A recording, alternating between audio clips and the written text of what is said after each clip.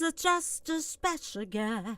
What she wants is really, when she loves, she give herself completely to you. As I can melt right into yours, her word and dream becomes your word.